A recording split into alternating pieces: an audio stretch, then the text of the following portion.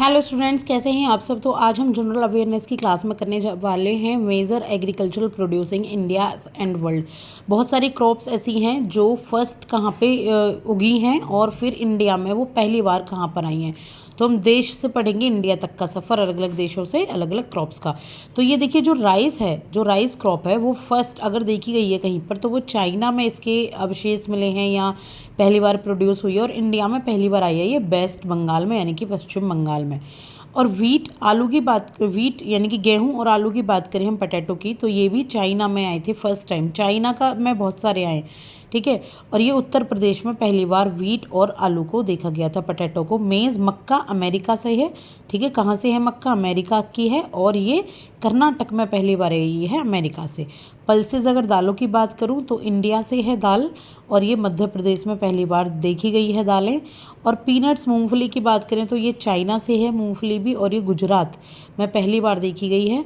Sugar cane जो है आपका गन्ना, वो ब्राज़ील का है गन्ना, याद रखिएगा। और उत्तर प्रदेश में ये आपका फर्स्ट मिलता है, और उत्तर प्रदेश सबसे ज़्यादा शुगर कैन उगाने वाला भी राज्य है।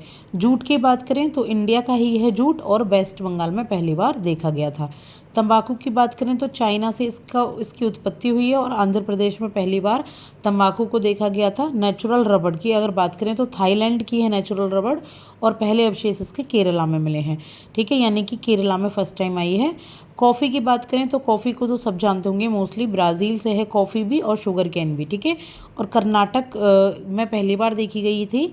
सनफ्लावर की बात करें तो यूक्रेन से है सनफ्लावर, और ये भी कर्नाटक में पहली बार देखा गया था। सौरगम की बात करें तो यूएस से है सौरगम, एक मोटा अनाज होता है, आई थिंक सौरगम। और ये महाराष्ट्र में इसकी पहली बार देखी गई थी उपज। कॉटन को चाइना में देखा गया था पहली बार, और चाइना से आया ये गुजरात में।